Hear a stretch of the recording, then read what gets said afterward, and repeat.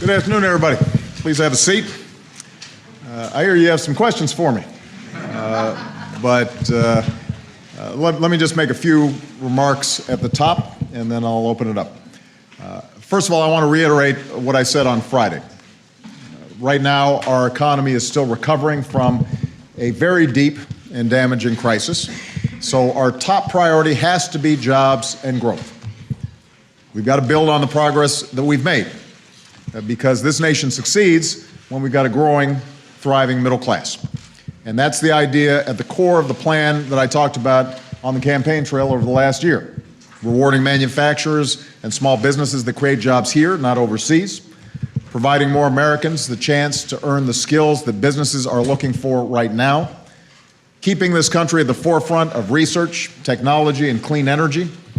Putting people back to work, rebuilding our roads, our bridges, and our schools, and reducing our deficit in a balanced and responsible way. Now, on this last item, we face a very clear deadline that requires us to make some big decisions on jobs, taxes, and deficits by the end of the year. Both parties voted to set this deadline, and I believe that both parties can work together to make these decisions in a balanced and responsible way. Yesterday, I had a chance to meet with labor and civic leaders for their input.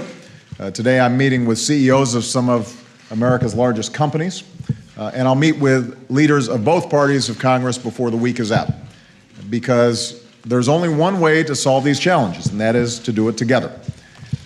As I've said before, I'm open to compromise and I'm open to new ideas.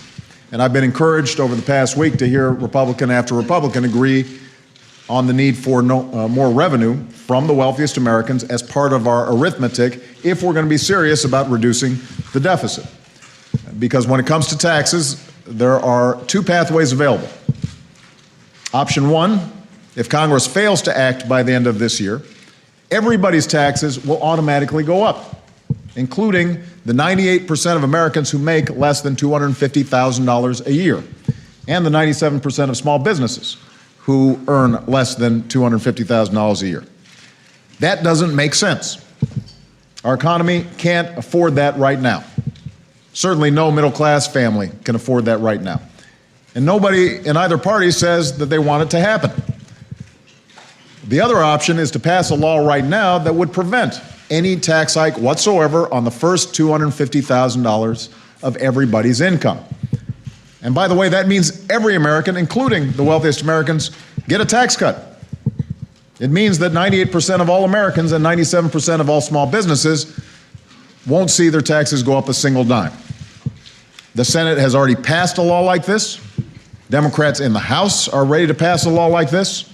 And I hope Republicans in the House come on board too. We should not hold the middle class hostage while we debate tax cuts for the wealthy.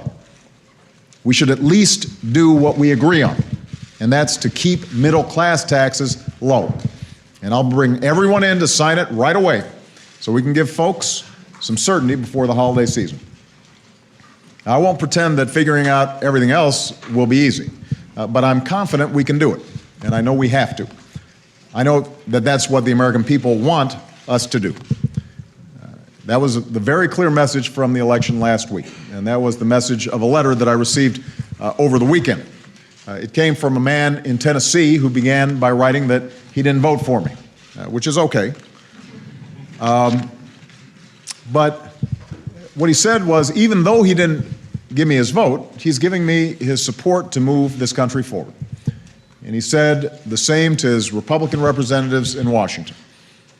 He said that he'll back each of us, regardless of party, as long as we work together to make life better for all of us. And he made it clear that if we don't make enough progress, he'll be back in touch. So my hope, he wrote, is that we can make progress in light of personal and party principles, special interest groups, and years of business as usual.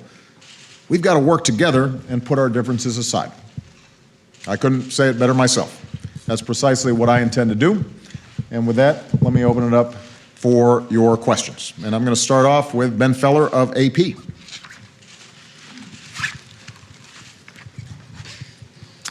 Thank you, Mr. President.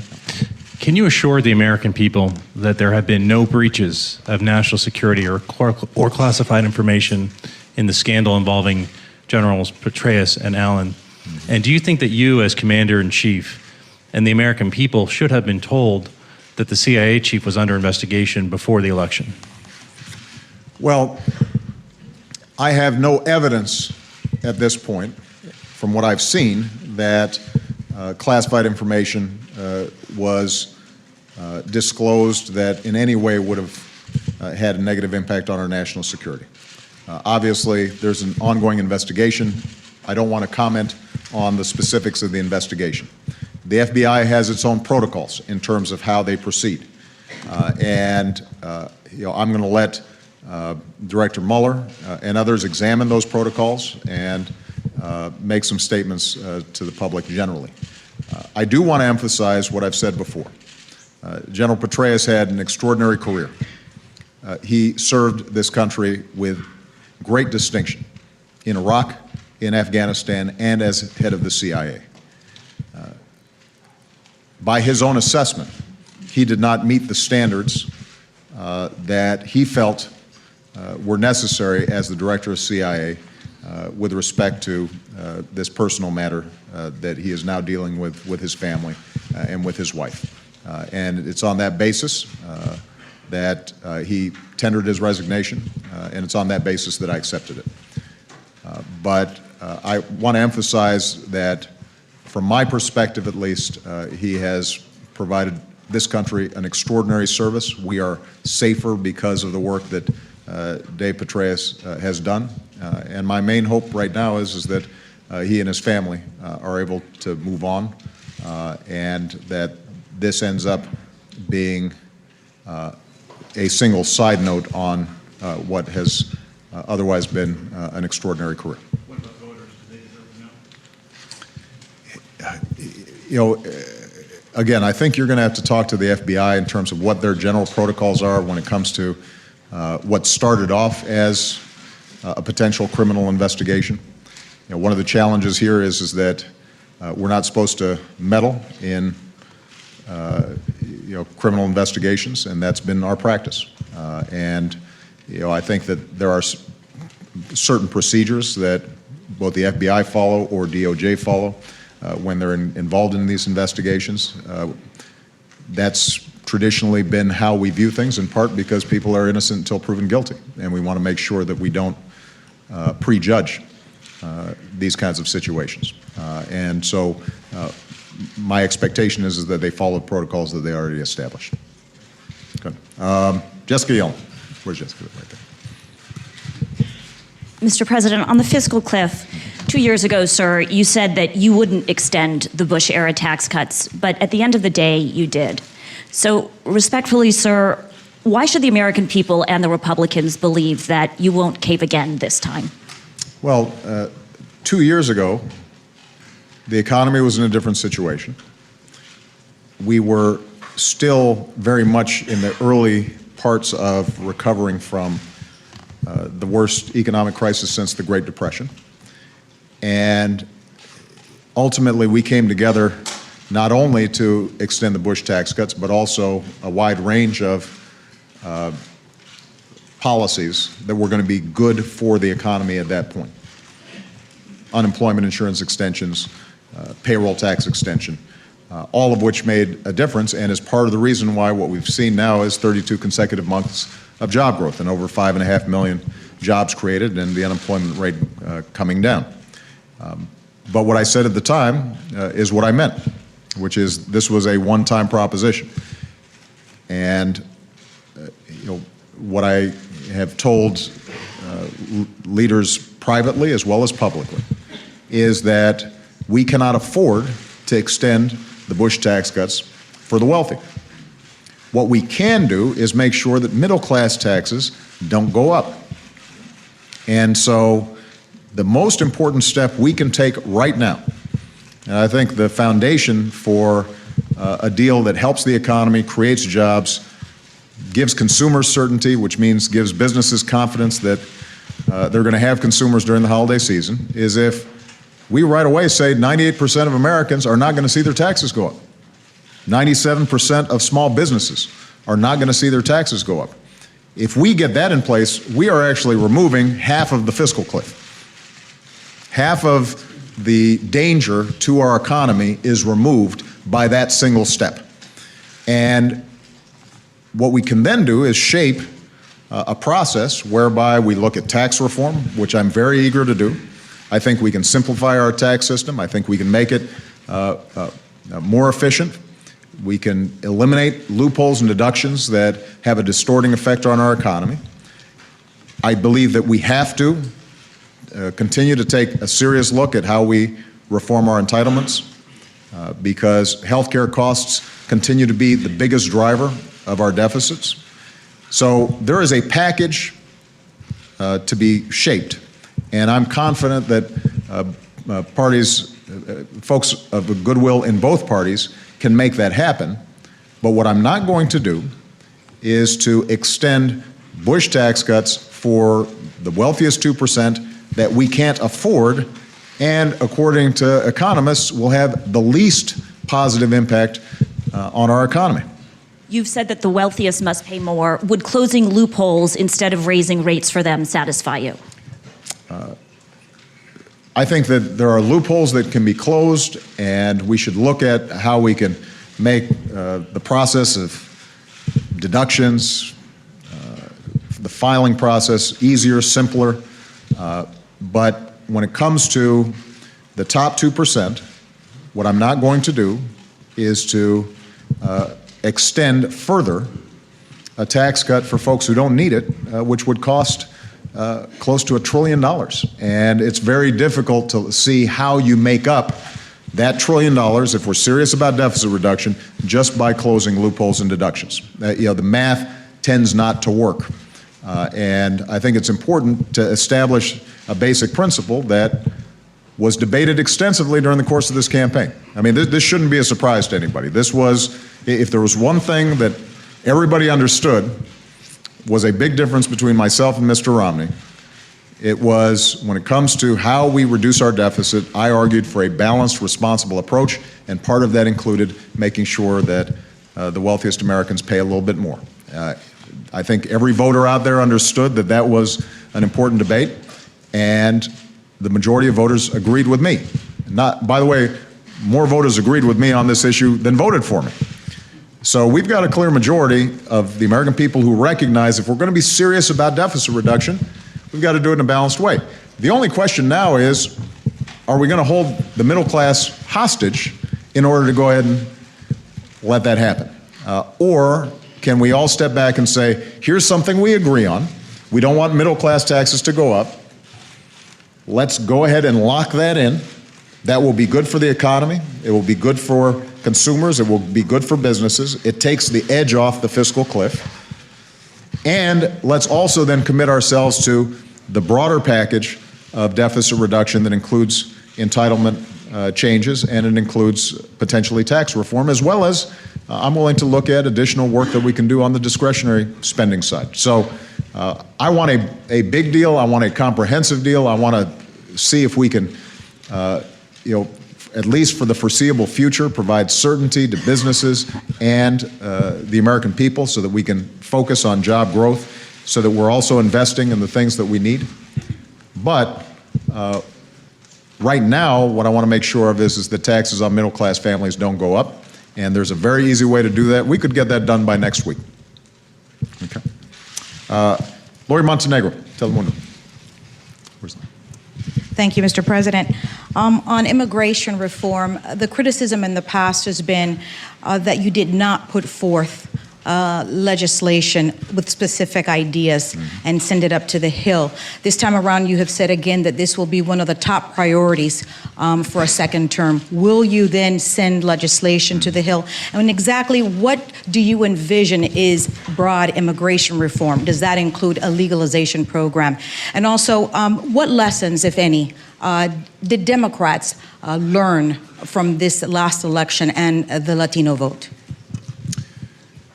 Well, I think what was incredibly encouraging was to see a significant increase in Latino turnout. This is the fastest growing group in the country. And, historically, what you've seen is Latino vote at lower rates than the broader population. And that's beginning to change. You're starting to see a sense of empowerment and civic participation that I think is going to be powerful and good for the country. And it is why I'm very confident that we can get immigration reform done. Before the election, I had given a couple of interviews where I predicted that the Latino vote was going to be strong and that would cause some reflection on the part of Republicans about their position on immigration reform. I think we're starting to see that already. I think that's a positive sign. This has not historically been a partisan issue. We've had President Bush and John McCain and others who have supported comprehensive immigration reform in the past. So we need to seize the moment. And my expectation is that we get a bill introduced and we begin the process in Congress very soon after my inauguration. And in fact, some conversations I think are already beginning to take place among senators and congressmen and my staff about what would this look like. And when I say comprehensive immigration reform, it is very similar to the outlines of previous efforts at comprehensive immigration reform. I think it should include a continuation of the strong border security measures that we've taken because we have to secure our borders. I think it should contain serious penalties for companies that are purposely hiring undocumented workers and taking advantage of them. And I do think that there should be a pathway for legal status for those who are living in this country, are not engaged in criminal activity, are here simply to work. It's important for them to pay back taxes. It's important for them to learn English. It's important for them to potentially pay a fine. But to give them the avenue whereby they can resolve their legal status here in this country, I think is very important. Obviously, making sure that we put into law what the first step that we've taken administratively dealing with the DREAM Act kids is very important as well. One thing that I'm very clear about is that young people who are brought here through no fault of their own, who have gone to school here, pledged allegiance to our flag, want to serve in our military, want to go to school and contribute to our society, that they shouldn't be under the cloud of deportation, that we should give them every opportunity to earn their citizenship. And so, there are other components to it, obviously. The business community continues to be concerned about getting enough high-skilled workers, and I am a believer that if you've got a PhD in physics or computer science who wants to stay here and start a business here, we shouldn't make it harder for him to stay here. We should try to encourage him to contribute to this society. I think that the agricultural sector obviously has very specific concerns about making sure that they've got a workforce that helps deliver food to our table. So there are going to be a bunch of components to it, but I think whatever process we have needs to make sure border security is strong, needs to deal with employers effectively, needs to provide a pathway for the undocumented here, needs to deal with the DREAM Act kids, and I think that's something that we can get done. Chuck Todd. Where's Chuck? Mr. President, I just want to follow up on both Ben's question and Jessica's question. On having to do with Ben's question, are you How about Lori's question? Do you want to follow up on that one too? I feel like you answered that one completely. Are you withholding judgment on whether you should have known sooner that there was a that there was an investigation into whether your CIA director, potentially there was a national security breach with your CIA director? Do you believe you should have known sooner? Or are you withholding judgment until the investigation is complete on that front? And then the follow-up to Jessica's question, tax rates. Is there no deal at the end of the year if tax rates for the top 2% aren't the Clinton tax rates, period? No ifs, ands, or buts, and any room in negotiating on that specific aspect of the fiscal cliff? I am withholding judgment with respect to how the entire process surrounding General Petraeus came up. And, we don't have all the information yet. But I want to say that I have a lot of confidence generally in the FBI, and they've got a difficult job. So I'm going to wait and see to see if there's any other. Well, I mean, Chuck, what I'll say is that if it is also possible that had we been told, then you'd be sitting here asking a question about why were you interfering in a criminal investigation. So I think it's best right now for us to just see how this whole process unfolded. With respect to the tax rates, I just want to emphasize, I am open to new ideas. If the Republican counterparts or some Democrats have a great idea for us to raise revenue, maintain progressivity, make sure the middle class isn't getting hit, reduces our deficit, encourages growth, I'm not going to just slam the door in their face. I want to hear I want to hear ideas from everybody. Full red line. Well, look, I believe this is solvable. I think that fair-minded people can come to an agreement that does not cause the economy to go back into recession, that protects middle-class families, that focuses on jobs and growth, and reduces our deficit. I'm confident it can be done. My budget, frankly, does it. I understand that I don't expect the Republicans simply to adopt my budget. That's not realistic. So I recognize that we're going to have to compromise. And as I said on election night, compromise is hard. And not everybody gets 100% of what they want, and not everybody is going to be perfectly happy. But what I will not do is to have a process that is vague, that says we're going to sort of kind of raise revenue through dynamic scoring or closing loopholes that have not been identified.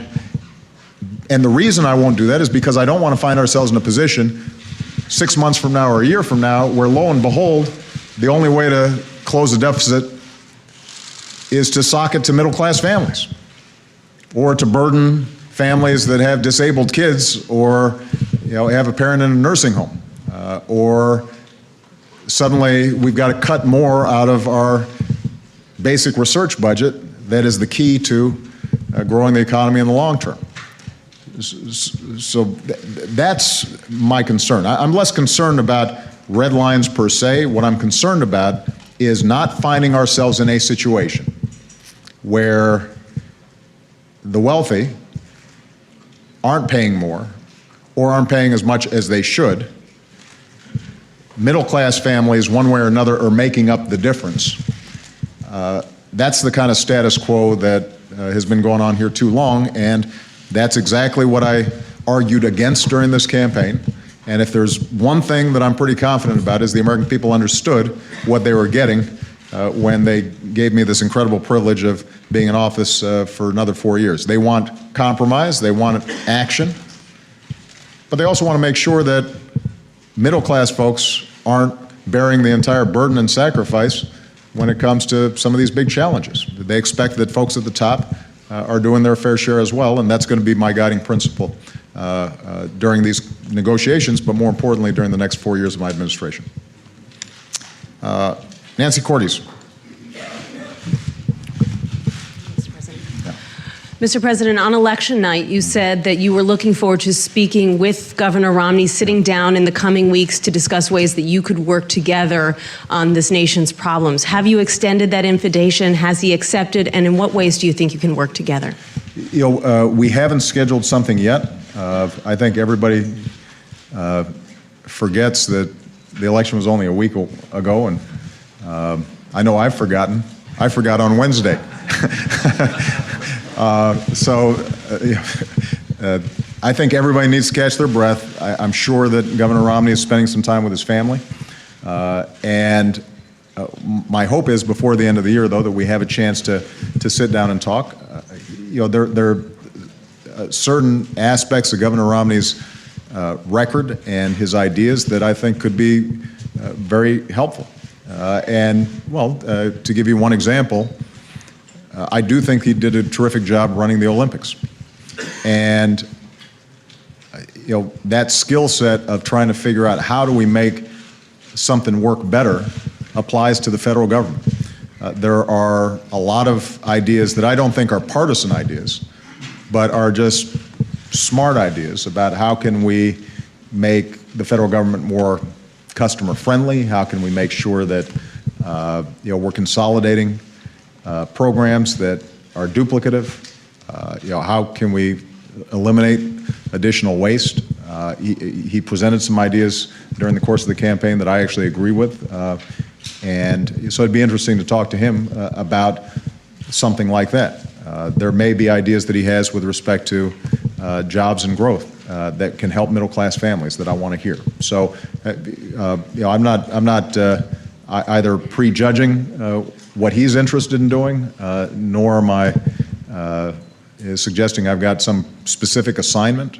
But what I want to do is to get ideas from him and see if there's some ways that we can potentially work together.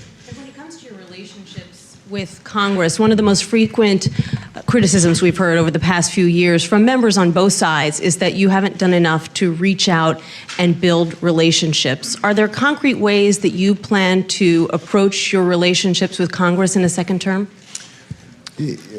Look, I think there's no doubt that I can always do better. And so I will examine ways that I can make sure to communicate my desire to work with everybody, so long as it's advancing the cause of strengthening our middle class and improving our economy. I've got a lot of good relationships with folks both in the House and the Senate. I have a lot of relationships on both sides of the aisle. It hasn't always manifested itself in the kind of agreements that I'd like to see between Democrats and Republicans. And so I think all of us have responsibilities to see if there are things that we can improve on. And I don't exempt myself from needing to do some self-reflection and see if I can improve our working relationship. There are probably going to be still some very sharp differences. And as I said during the campaign, there are going to be times where there are fights, and I think those are fights that need to be had. But what I think the American people don't want to see is a focus on the next election instead of a focus on them. And I don't have another election. And Michelle and I were talking last night about what an incredible honor and privilege it is to be put in this position. And there are people all across this country, millions of folks, who worked so hard to help us get elected, but there are also millions of people who may not have voted for us, but are also counting on us. And we take that responsibility very seriously. I take that responsibility very seriously. And I hope and intend to be an even better president in the second term than I was in the first. Jonathan Karl.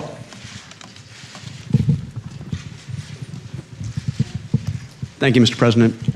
Senator John McCain and Senator Lindsey Graham both said today that they want to have Watergate-style hearings on the attack on the U.S. consulate in Benghazi, and said that if you nominate Susan Rice to be Secretary of State, they will do everything in their power to block her nomination. As Senator Graham said, he simply doesn't trust Ambassador Rice after what she said about Benghazi. I'd like your reaction to that, and would those threats deter you from making a nomination like that? Well, first of all, I'm not going to comment at this point on various nominations that I'll put forward to fill out my cabinet for the second term. Those are things that are still being discussed. But let me say specifically about Susan Rice. She has done exemplary work. She has represented the United States and our interests in the United Nations with skill and professionalism and toughness and grace. As I've said before, she made an appearance at the request of the White House in which she gave her best understanding of the intelligence that had been provided to her.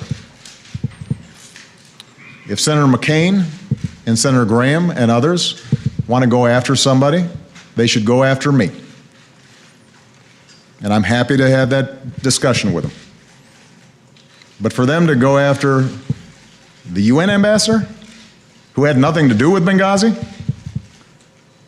and was simply making a presentation based on intelligence that she had received, and to besmirch her reputation is outrageous. And, you know, we're after an election now. I think it is important for us to find out exactly what happened in Benghazi, and I'm happy to cooperate in any ways that Congress wants. We have provided every bit of information that we have, and we will continue to provide information, and we've got a full-blown investigation, and all that information will be disgorged to Congress. And I don't think there's any debate in this country that when you have 4 Americans killed, that's a problem. And we've got to get to the bottom of it, and there needs to be accountability. We've got to bring those who carried it out to justice. They won't get any debate from me on that. But when they go after the UN ambassador, apparently because they think she's an easy target,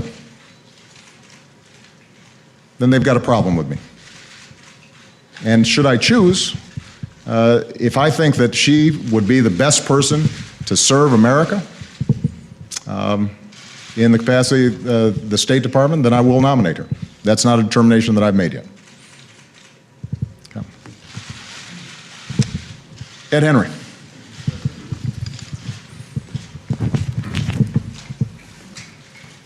I want to take Chuck's lead and just ask a very small follow-up, which is whether you feel you have a mandate, not just on taxes, but on a range of issues because of your decisive victory.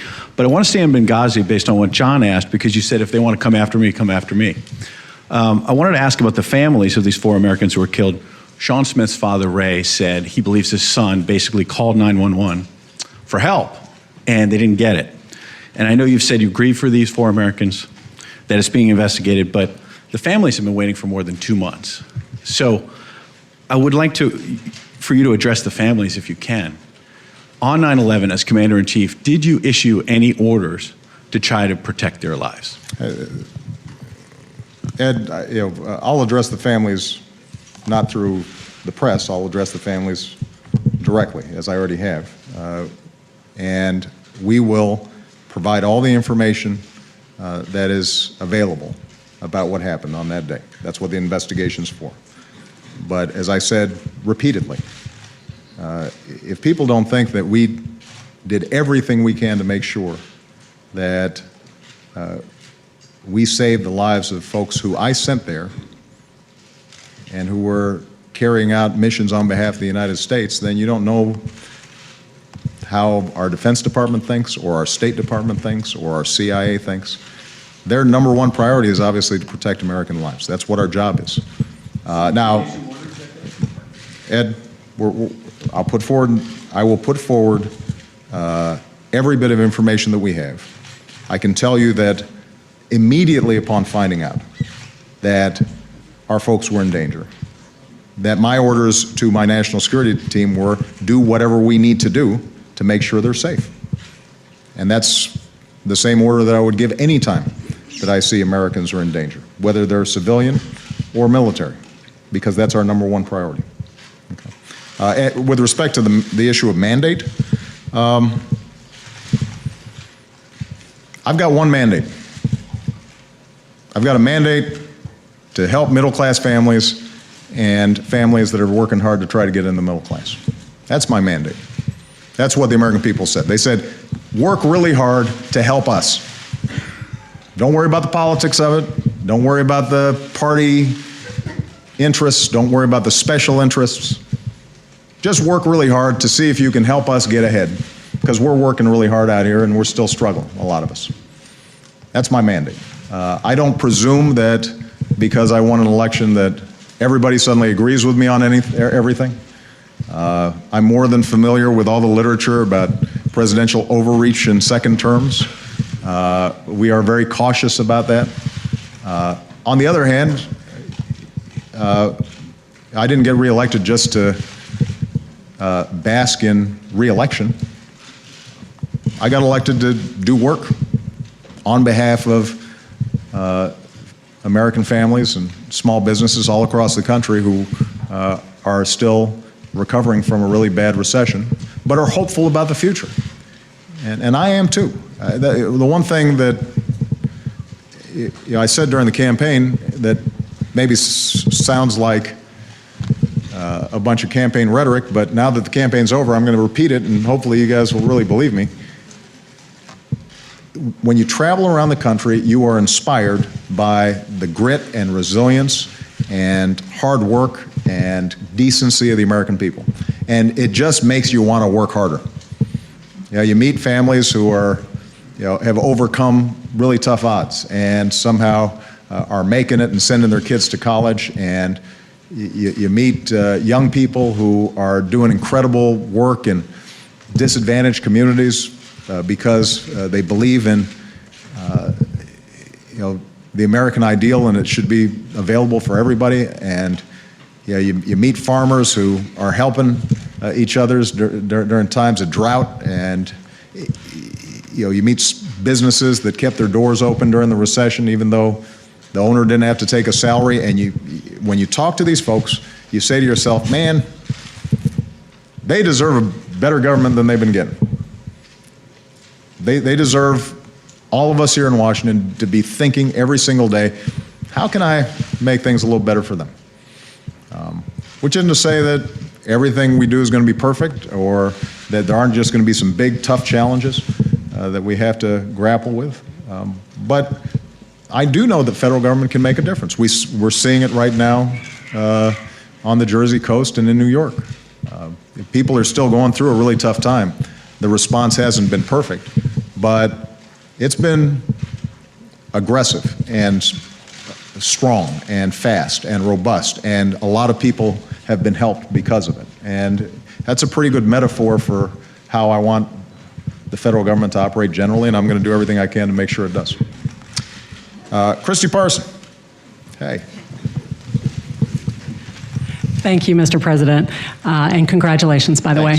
One quick Christy follow-up. was there when I was running for state senate. That's so right, I was. Christy and I go back a ways. I've never seen you lose. I wasn't looking that one time. There you go. One quick follow-up, and then I want to ask you about Iran. I just want to make sure I understood what you said. Can you envision any scenario in which we do go off the fiscal cliff at the end of the year? And on Iran, are you preparing a final diplomatic push here to resolve the nuclear program issue, and are we headed toward one-on-one talks? Well, obviously, we can all imagine a scenario where we go off the fiscal cliff. If despite the election, if despite the dangers of going over the fiscal cliff and what that means for our economy, that there's too much stubbornness in Congress that we can't even agree on giving middle-class families a tax cut, then middle-class families are all going to end up having a big tax hike. And that's going to be a pretty rude shock for them, and I suspect will have a big impact on the holiday shopping season, which in turn will have an impact on business planning and hiring, and we can go back into a recession. It would be a bad thing. It is not necessary. So I want to repeat, step number one that we can take in the next couple of weeks, provide certainty to middle-class families. 98% of families who make less than $250,000 a year, 97% of small businesses, that their taxes will not go up a single dime next year. Give them that certainty right now. We can get that done. We can then set up a structure whereby we are dealing with tax reform, closing deductions, closing loopholes, simplifying, dealing with entitlements, and I'm ready to, and willing to make big commitments to make sure that we're locking in the kind of deficit reductions that stabilize our deficit, start bringing it down, start bringing down our debt. I'm confident we can do it. And look, I've been living with this for a couple of years now. I know the math pretty well, and it really is arithmetic. It's not calculus. There are some tough things that have to be done, but there's a way of doing this that does not hurt middle-class families, that does not hurt our seniors, doesn't hurt families with disabled kids, allows us to continue to invest in those things that make us grow, like basic research and education, helping young people afford going to college. As we've already heard from some Republican commentators, a modest tax increase on the wealthy is not going to break their backs. They'll still be wealthy, and it will not impinge on business investment. So we know how to do this. This is just a matter of whether or not we come together and go ahead and say, Democrats and Republicans, we're both going to hold hands and do what's right for the American people. And I hope that's what happens. With respect to Iran, I very much want to see a diplomatic resolution to the problem. I was very clear before the campaign, I was clear during the campaign, and I'm now clear after the campaign. We're not going to let Iran get a nuclear weapon. But I think there is still a window of time for us to resolve this diplomatically. We've imposed the toughest sanctions in history. It is having an impact on Iran's economy. There should be a way in which they can enjoy peaceful nuclear power while still meeting their international obligations and providing clear assurances to the international community that they're not pursuing a nuclear weapon. And so, yes, I will try to make a push in the coming months to see if we can open up a dialogue between Iran and not just us, but the international community to see if we can get this thing resolved. I can't promise that Iran will walk through the door that they need to walk through, but that would be very much the preferable option. And under what circumstances would one-on-one conversation take place? I won't talk about the details of negotiations, but I think it's fair to say that we want to get this resolved, and we're not going to be constrained by diplomatic niceties or protocols. If Iran is serious about wanting to resolve this, they'll be in a position to resolve it. At one point, just prior to the election, there was talk that talks might be imminent. That was not true, and it's not true as of today. Okay? Just going to knock through a couple others. Mark Landers. Where's Mark? There he is, right in front of me. Thank you, Mr. President.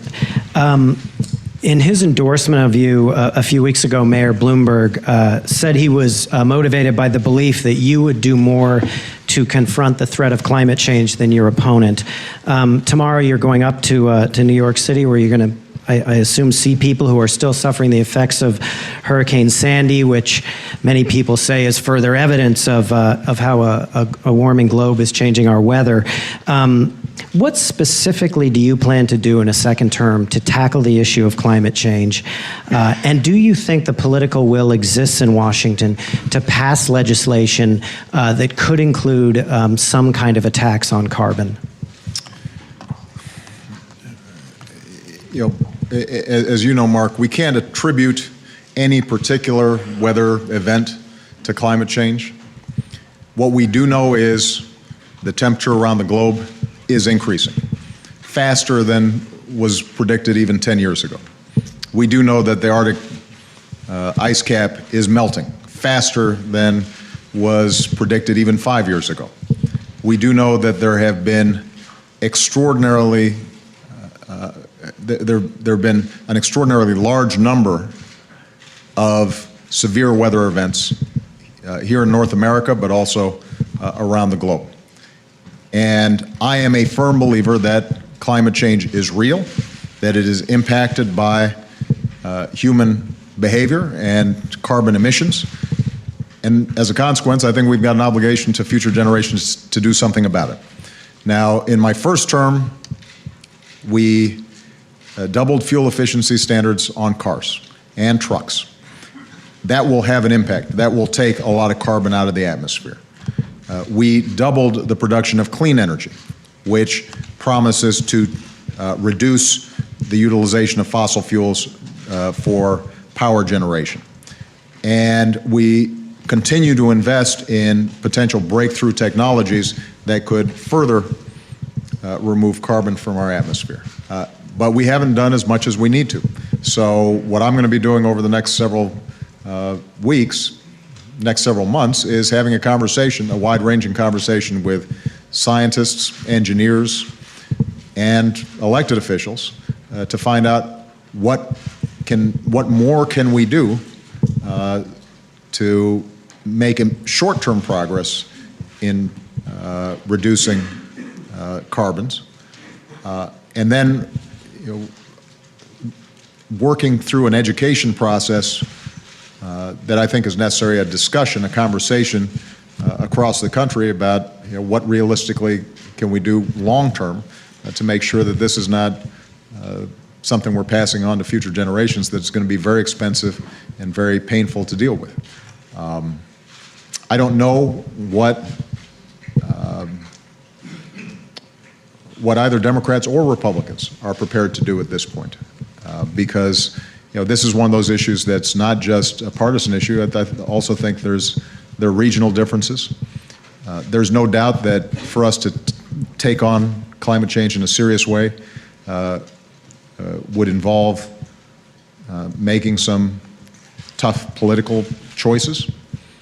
And understandably, I think the American people right now have been so focused and will continue to be focused on our economy and jobs and growth that if the message is somehow we're going to ignore jobs and growth simply to address climate change, I don't think anybody's going to go for that. I won't go for that. If, on the other hand, we can shape an agenda that says we can create jobs, advance growth, and make a serious dent in climate change and be an international leader, I think that's something that the American people would support. So, you can expect that you'll hear more from me in the coming months and years about how we can shape an agenda that garners bipartisan support and helps moves this agenda forward. It sounds like you're saying, though, in the current environment, we're probably still short of a consensus on some kind of attack. That I'm pretty certain of. And look, we're still trying to debate whether we can just make sure that middle-class families don't get a tax hike. Let's see if we can resolve that. That should be easy. This one's hard, but it's important because one of the things that we don't always factor in are the costs involved in these natural disasters. We just put them off as something that's unconnected to our behavior right now, and I think based on the evidence we're seeing is that what we do now is going to have an impact and a cost down the road if we don't do something about it. All right, last question. Mark Felsenthal. Where's Mark? Thank you. Mr. President, the Assad regime is engaged in a brutal crackdown on its people. France has recognized the opposition coalition. What would it take for the United States to do the same? And is there any point at which the United States would consider arming the rebels? I was one of the first leaders, I think, around the world to say Assad had to go in response to the incredible brutality that his government displayed in the face of what were initially peaceful protests. Obviously, the situation in Syria has deteriorated since then. We have been extensively engaged with the international community as well as regional powers to help the opposition. We've committed to hundreds of millions of dollars of humanitarian aid to help folks both inside of Syria and outside of Syria. We are constantly consulting with the opposition on how they can get organized so that they're not splintered and divided in the face of the onslaught from the Assad regime. We are in very close contact with countries like Turkey and Jordan that immediately border Syria and have an impact, and obviously Israel, which is having already grave concerns, as we do, about, for example, movements of chemical weapons that might occur in such a chaotic atmosphere. And that could have an impact not just within Syria, but on the region as a whole. I'm encouraged to see that the Syrian opposition created an umbrella group that may have more cohesion than they've had in the past. We're going to be talking to them. My envoys are going to be traveling to various meetings that are going to be taking place with the international community and the opposition. We consider them a legitimate representative of the aspirations of the Syrian people. We're not yet prepared to recognize them as some sort of government in exile, but we do think that it is a broad-based representative group. One of the questions that we're going to continue to press is making sure that that opposition is committed to a democratic Syria, an inclusive Syria, a moderate Syria. We have seen extremist elements insinuate themselves into the opposition. And one of the things that we have to be on guard about, particularly when we start talking about arming opposition figures, is that we're not indirectly putting arms in the hands of folks who would do Americans harm or do Israelis harm or otherwise engage in actions that are detrimental to our national security. So we're constantly probing and working on that issue. The more engaged we are, the more we'll be in a position to make sure that that we are encouraging the most moderate, thoughtful elements of the opposition that are committed to inclusion, observance of human rights, and working cooperatively with us over the long term. All right? Thank you very much. On the spending side of the fiscal cliff, because most of the conversations said one half of the fiscal on the taxes side. On the spending, the 1.2 trillion figure, is that something that you could see having a short-term postponement for? Because during the debate you said it's not going to happen. That was a great question, but it would be a horrible precedent for me to answer your question just because you yelled it out. So, thank you very much, guys.